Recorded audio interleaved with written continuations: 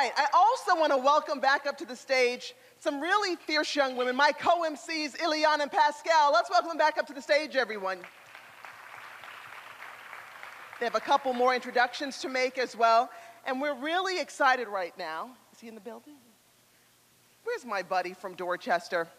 Now, I was born and raised in Dorchester, so I'm a completely local girl. And what I love about the mayor is we talk about the fact that he used to coach a basketball youth league for some troubled kids in my neighborhood who I knew who used to pick on me, and he made them better, and so then they were good kids. And so it is my pleasure right now to welcome a longtime supporter of YW Boston, Mayor Marty Walsh, to the stage. Yes.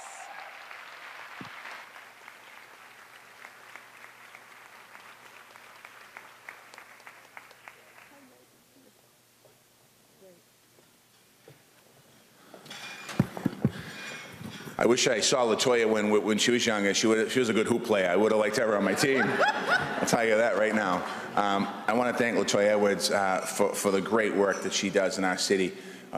You know, obviously she's on Channel 10. We see her on the news, but the charities and the organizations that she supports, that she comes in the MC for, every single one of them are absolutely incredible. So I just want to thank you, LaToya, for all your great work in our city and for giving back.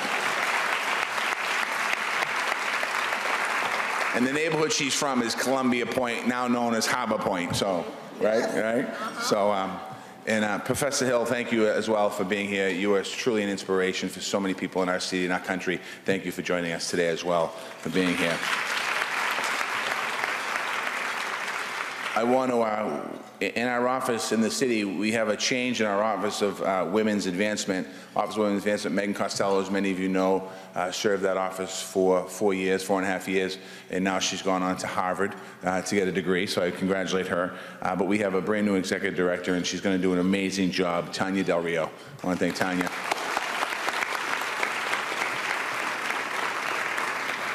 And I also want to thank another woman in this room who's made it her career to take the floor of City Hall and take the conversation around the city and around the Commonwealth and around the country for young women, and that's City Council Ayanna Pressley. And if you get in her way, she'll just go right over you. So, thank you. And Beth, I know Beth's out here somewhere, and thank you as well, Beth, for all that you do. And I want to congratulate all the honorees today on a well-deserved recognition. And I want to acknowledge Sylvia's family. I know they might have been acknowledged already, but she was a remarkable woman, which I'll talk about in a second. But her husband, Sal, her daughter, Lauren, and her son, Evan, are here. So I want to thank you as well.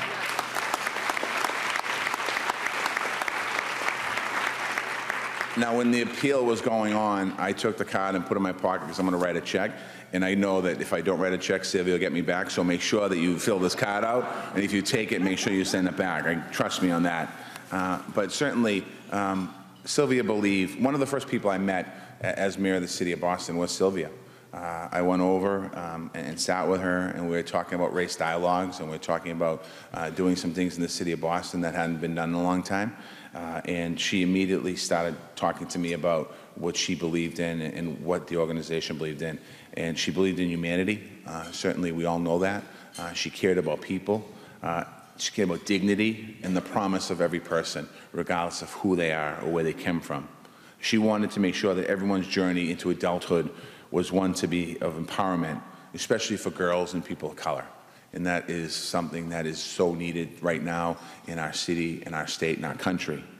Sylvia made a permanent impact on YW Boston and everyone who knows her. I'll never forget what Sylvia taught us about leadership and the importance of community. And when I went over with Joyce Linehan, we started to talk to Sylvia, and we were explaining what we were going to do in the city, and then she was explaining back to us what we were going to do in the city. And I'm proud of that. And I want to say we all in this room need to certainly carry on her legacy.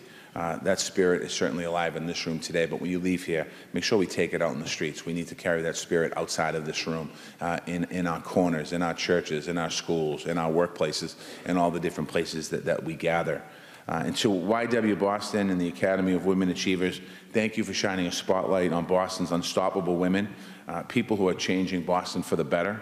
and thank you for working every single day to empower women and girls throughout our city.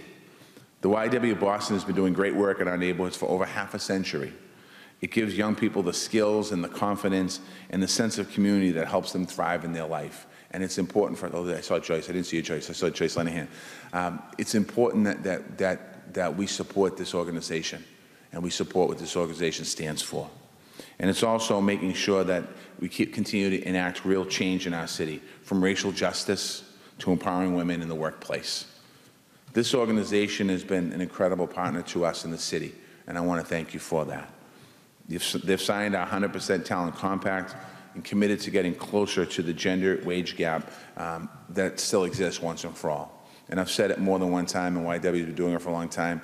We need to stop talking about closing the wage gap and just make it happen. And I know there are a lot of employees in this room that are doing that.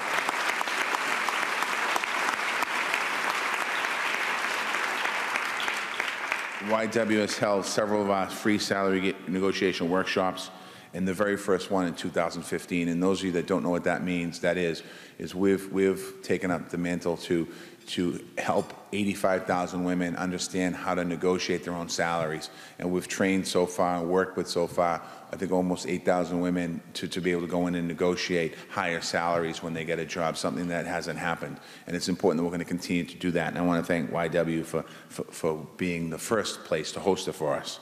We recently hosted their Stand Against Racism campaign pledge board at City Hall. And we all know that real change is about practices and policies, but it's also about hearts and minds, and it's about a culture shift. As we continue this work to fight intolerance and making sure that women get paid for what they deserve and ensuring peace and justice in our neighborhoods, we are grateful, and I am personally grateful for the YW that you're on our side in this. I want to thank you all for supporting this incredible organization, and I want to say congratulations to all the honorees. And I just want to make one last pitch. Make sure that when you leave here today, seriously, take one of those cards, even if you can only do $20. I know, and I say this a lot when I go around, I go to a lot of events and I go to a lot of organizations that are looking for support, and sometimes there's always the big donors in the room that will give the $50,000 or $100,000 or $500,000 donation. YW doesn't have that a lot. So I just ask you all to please, if you're figuring out how do I get involved, I want to be more active, the best way you can get active if you don't have the time is to write a check or put your credit card number down, because this organization is doing incredible things and is changing people's lives. Thank you very much.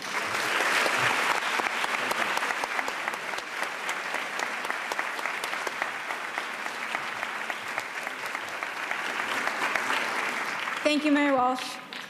I'm going to introduce Jeanette Mills now. Jeanette Mills is currently the Senior Vice President of Safety, Health, and Environmental at National Grid. She serves as the executive responsible for all aspects of safety, health, and environmental within the company's U.S. region.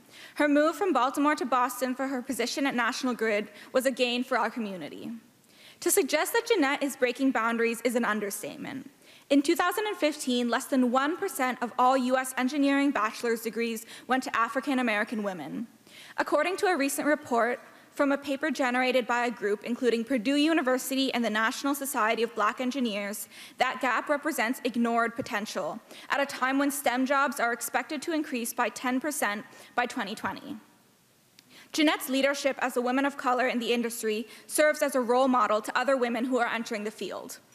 Prior to coming to National Grid, Jeanette was appointed to the Maryland Public Service Commission by Governor Lawrence J. Hogan of Maryland, where she served as a commissioner and helped shape policy to protect the public interest when it came to safe, reliable, and economic utility and transportation services. She has served on the board of the Greater Baltimore Medical Center, the Reginald F. Lewis Museum, and the advisory board to Virginia Tech's College of Engineering. Among her many impressive awards, Jeanette was named Maryland's top 100 Circle of Women of Excellence, Women's Circle of Excellence, in 2016. She also received the Black Engineer of the Year Pioneer Award in 2009. Savoy magazine recognized her in 2008 as one of the top 100 most influential Blacks in corporate America. The Baltimore Business Journal selected her as a 40 under 40 in 2006. It is an honor to introduce Jeanette Mills.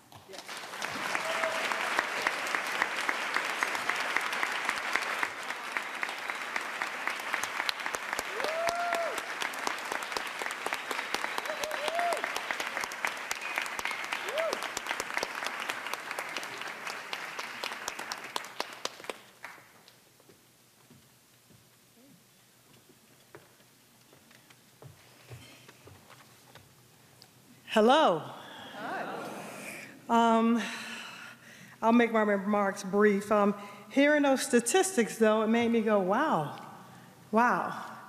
I started in the energy industry back in 1988, and some of you in this room weren't born then. But the world was very different then.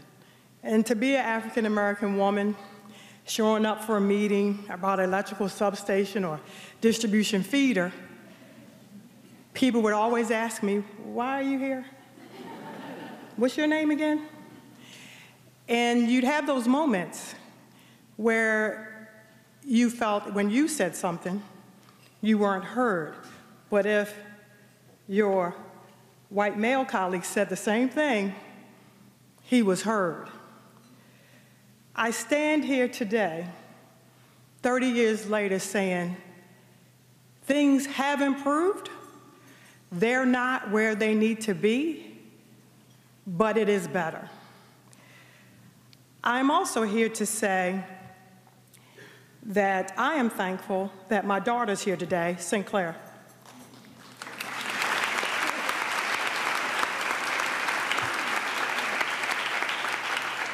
And when Sinclair decided on her major, believe it or not, she decided engineering. So I got 1 out of 2. I got 2 kids, I got 1 out of 2. So the great news for me is that while barriers still exist, her experience has been much more inclusive than mine was, right? So I remain grateful for that.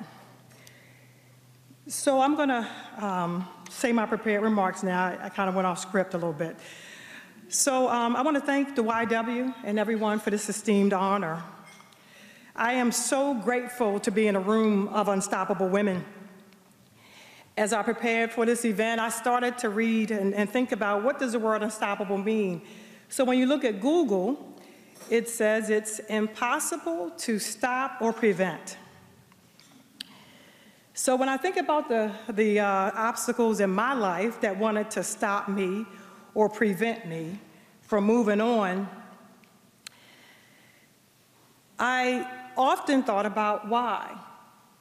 And many times, it wasn't because of what I said or didn't say, but many times it was because of my race and my gender. There were times when triumph seemed impossible and success was just a dark glimmer in the night. So when you think about that, you have to go deep. And when I think about the things that made a difference for me, I think about the family. My family was very, raised by a single parent. My mom and my other 3 sisters. And my mom instilled in us a confidence in yourself. She had high standards and expected us to do well. She expected us to go to school. So number 1, my family. 2, education. I learned early on that education was important. So I guess that's why I chose engineering. Even though when I was in college, I wondered, what am I thinking? But I made it through.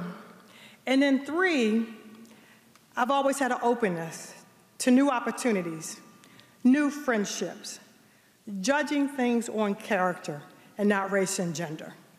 So I want to give a shout out to my National Grid team. We're at lucky number 13, table 13, but I wanted to give a shout out to my friends.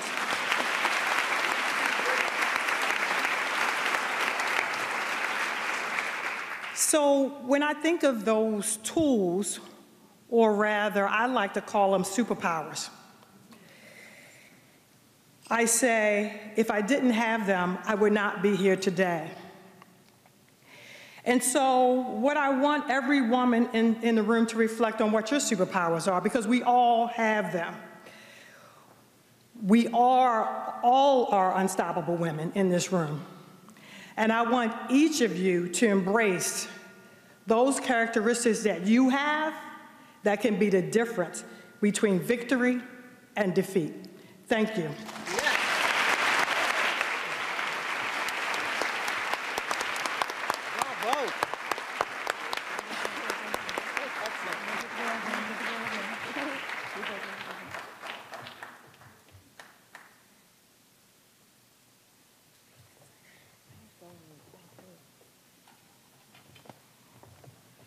awesome is she? Let's give it up one more time. Yes.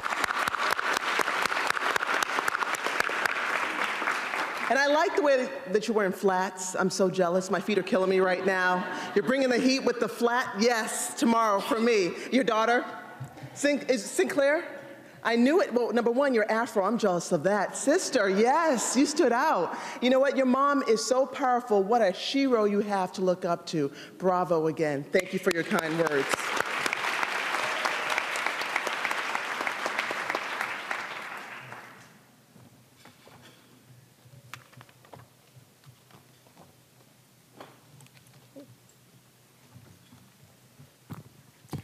Kip Hollister has been leading Hollister Staffing since 1988. She founded the company after taking out her first business loan, before the Women's Business Ownership Act of 1988, when she was required to find a male relative to act as co-signer on her behalf.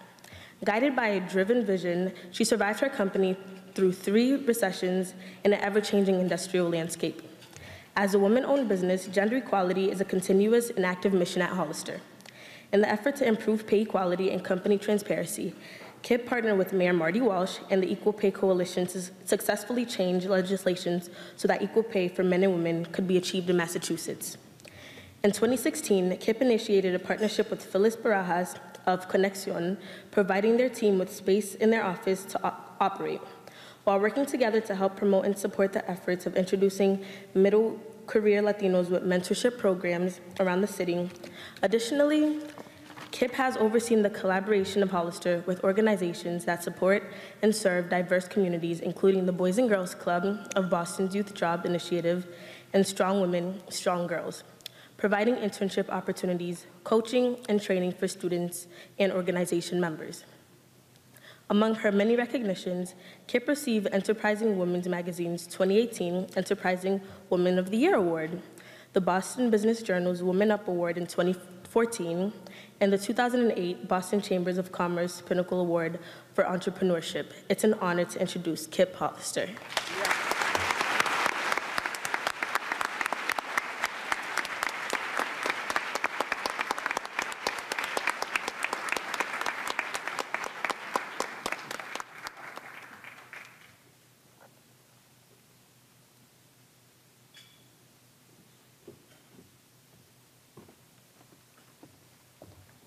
Thank you. It is such an honor to be here today with these other amazing women and with you, Beth, and this organization for a couple of reasons. The first is that Hollister has been entrenched in this community now for 30 years, and we are so committed to advancing the values, the life-giving values of peace, justice, and freedom. And the second reason is Sylvia. Gosh, Sylvia was my guru, and you know, networking, I would always find Sylvia in the networking event because I wanted to run for the bathroom and run out. So now I have to find a new person to follow. And Sylvia, I got to know because Sylvia attended one of Hollister Institute's programs that teaches self-awareness, mindfulness, and personal excellence. And amidst Sylvia's busy life, she took 2 days and came to this event. And I witnessed firsthand Sylvia's humility, her ability to be vulnerable amidst so many people she didn't even know, and her dedication to lifelong learning, which is one of my passions, is to always be learning. And so although Sylvia's presence, here through Sylvia's presence and legacy to the YW and in fact to the world, it reminds me that we all walk on the shoulders of others. Think about that. We're all here connected. And so we've all benefited from the trailblazers like Sylvia. So something for us to think about: who's walking on our shoulders? What are we doing? And I'm speaking to myself too, to pick up the baton and contribute, no matter how small, towards this march of injustice, racial, social injustice. And we can do this in so many ways, by mentoring, by teaching a class, or merely by giving a warm smile to someone that you wouldn't normally reach out to. And opening our hearts to the confusion and wounds that this world is in right now. So I invite you, in honor of Sylvia today, to, as you leave today, to connect with someone that isn't like you. And through your eyes, the eyes which are the windows of our soul, acknowledge the gift of life and freedom that we so have right here in this community of amazing individuals. And with a similar recognition and gratitude, we're able to then open our hearts to others. So it's really about loving without judgment. And despite our busy to-do lists, everything we have to get done, to take action in a way that aligns with our commitment to peace, justice, and freedom. Because we have to fill some shoes. Sylvia, I mean, she's a trailblazer, she's powerful, she was unstoppable, and by the way, she's still unstoppable, because she's in this room, her spirit's in this room, and I really believe that. I really believe that.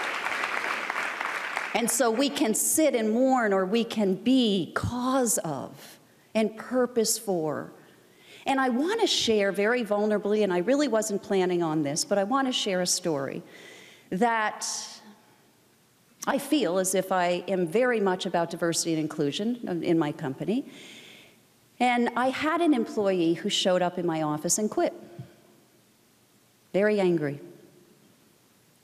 And I said, wow, why? And she said, I don't feel welcome. I said, what are you talking about? We love you. I mean, really, I love her. And so did her boss. But some reason she didn't feel included. She felt there was this us, them. And I didn't even know it as business owner. And I said to her, Stephanie, guess what? You've woken me up. And from that day, I go to these great events at Par Excel, and we just did a diversity and inclusion panel, which I couldn't be on because I don't know what I'm doing apparently, but I moderated the thing. And now I want to train myself and my staff and be more inclusive. But sometimes we have these blind spots that we don't even know. So, I encourage all of us to take heed in learning and developing the muscle, because I am all about diversity and inclusion. And what doesn't get measured doesn't happen, so now we're putting in some measure to make this happen. Next week, I will be headed to South Africa with my best friend, Sissy, who's in the room, with her nonprofit, Ripples of Hope. And we will be partnering Hollister Institute and Ripples of Hope to bring mindfulness to Cliptown, to the schools, to the community. And it's interesting that there's one word, and Sylvia said it in the 2-day retreat, and I want to share it with you because it's so appropriate. She said it, the word is Ubuntu, which means I am because of you. So think about who we're going to put on our shoulders, and think about how we all can create a paradigm shift to build a better, beloved community in Sylvia's honor. Peace. Yes.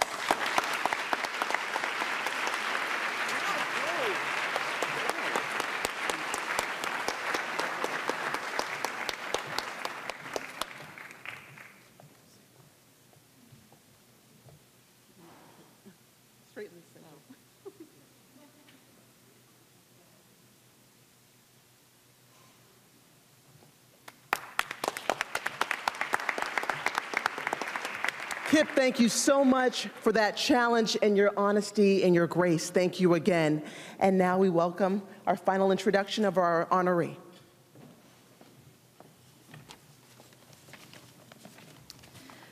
Wanda McLean is the Vice President of Community Health and Health Equity at Brigham and Women's Hospital. She's the senior leader in overseeing the Center for Community Health and Health Equity at Brigham, its 2 licensed community health centers, and its relationship with the 9 affiliated health centers in Boston. She is also a member of Lead Boston, class of 2002.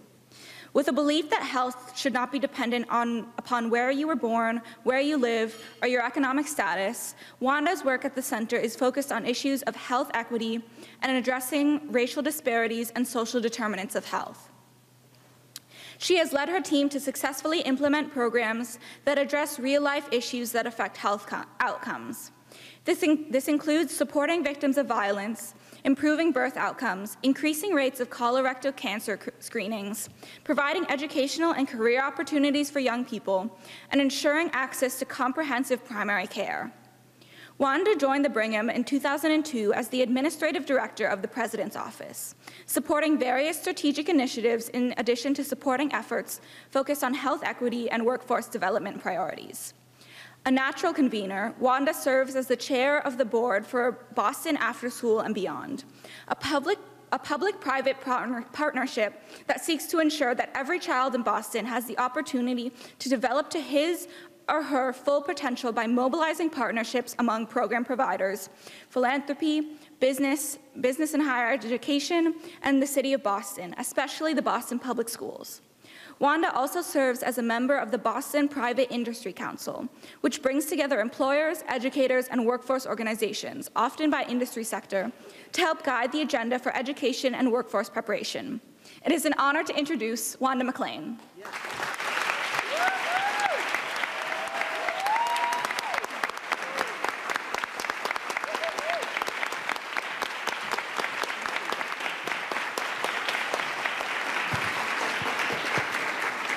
Thank you so much, and thank you for sticking around because I'm the last thing between you and whatever else happens for the rest of your day. Good afternoon, everyone. Thank you so much for that kind introduction. I really want to thank YW Boston and the Academy of Women Achievers for this honor and for this recognition. And I also want to extend my appreciation to Lead Boston. I was a relatively new member of the Boston community, having come from New York City, and that program helped me understand my new home and introduced me to people who are still a part of my life today. I also want to congratulate my fellow unstoppable women. You truly are, and it is just such an honor to be part of you. And I want to thank my colleagues at Partners, MGH, and especially the Brigham for the big old shout out and for being here today. And finally, I want to thank the love of my life, my husband, Tony James, for sharing the life journey with me. So as I reflected on being included in the Academy of Women Achievers, I thought about the challenges and opportunities that have made me the woman that I am today. That's a long way from the little girl growing up in the Bronx in New York. There were many obstacles to overcome. Anyone who has witnessed the recent barrage of living while Black incidences can see the visual evidence of some of the barriers that Black people and people of color continue to face. I had some similar experiences, but fortunately I had many more instances of welcoming open arms and open doors that provided the opportunities that I have today. But I want to share 2 memories, and they actually go into the Wayback Machine, so bear with me.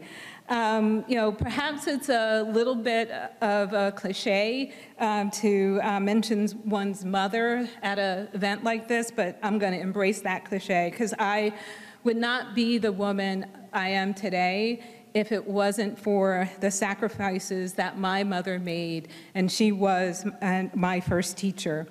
My mother was not the person to dole out praise like candy. In fact, she was the opposite of that.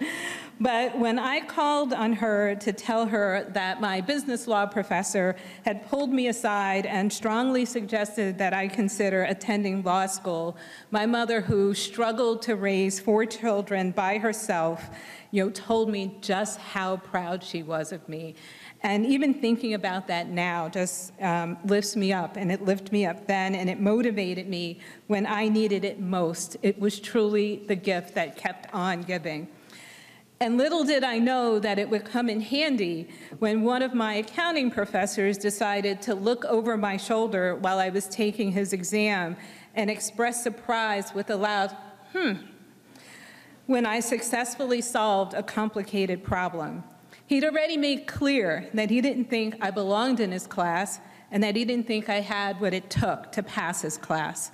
Well, I proved him wrong when he had to grudgingly give me the A that I had earned.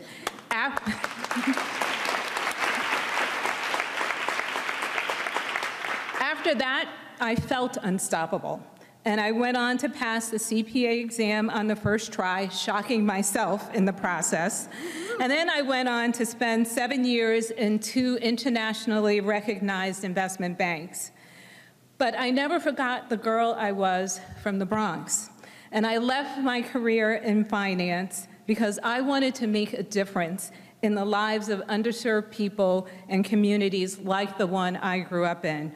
I felt a strong desire to use both my head and my heart to make a difference in my work.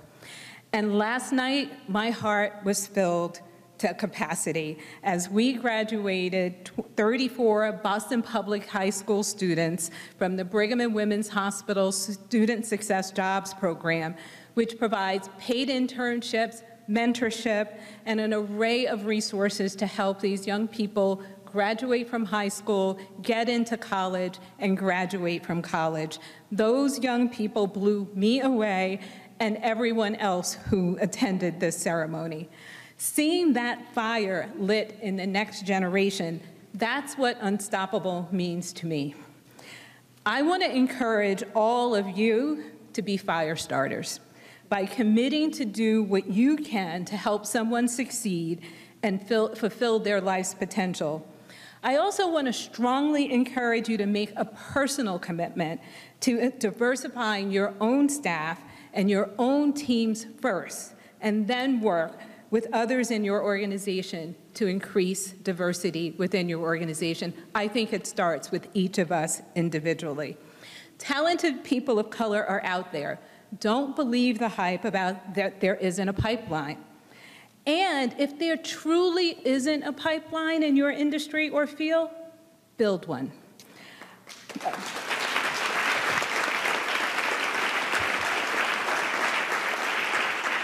Boston is filled, and I've met them, with young people who are eager to participate in the fullness of the life of this city. All we need to do is reach them. And if we can do that, then we will all be unstoppable. Thank you so much. I am so grateful for this honor.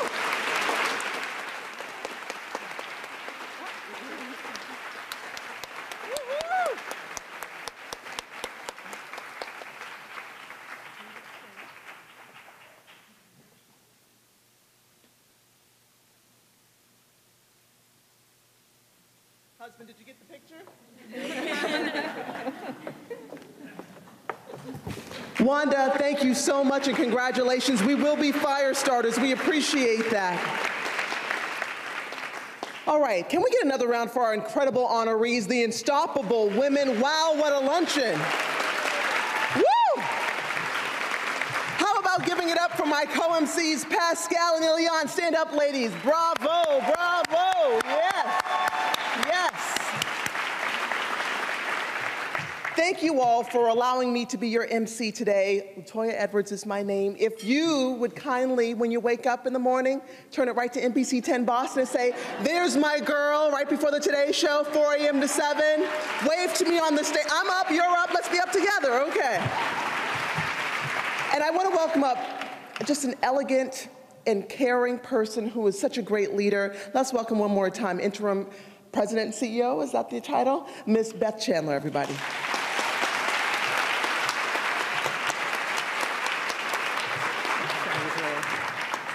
All right, everybody, please give it up for LaToya. She did a fabulous job. Thank you all for being here this afternoon. I hope you feel inspired to do your part to move racial and gender equity forward in Boston. I hope you will continue to be involved with YW Boston, participate in our programs such as Lead Boston or In It, bring dialogues to your organizations, or just join our mailing list, but be involved. I also hope you enjoy our summer reading suggestions and attend 2 exciting events we have planned for this fall, our Elevating Lives series. The dates are in your program book in October and December. And finally, I hope that you leave knowing how appreciative we are of your support, whether this is your first AWA or you've been here too many times to count. As the news is only too happy to tell us, there is much work still to be done, and I look forward to working with you and our community to move that needle forward. Thank you very much. Yeah.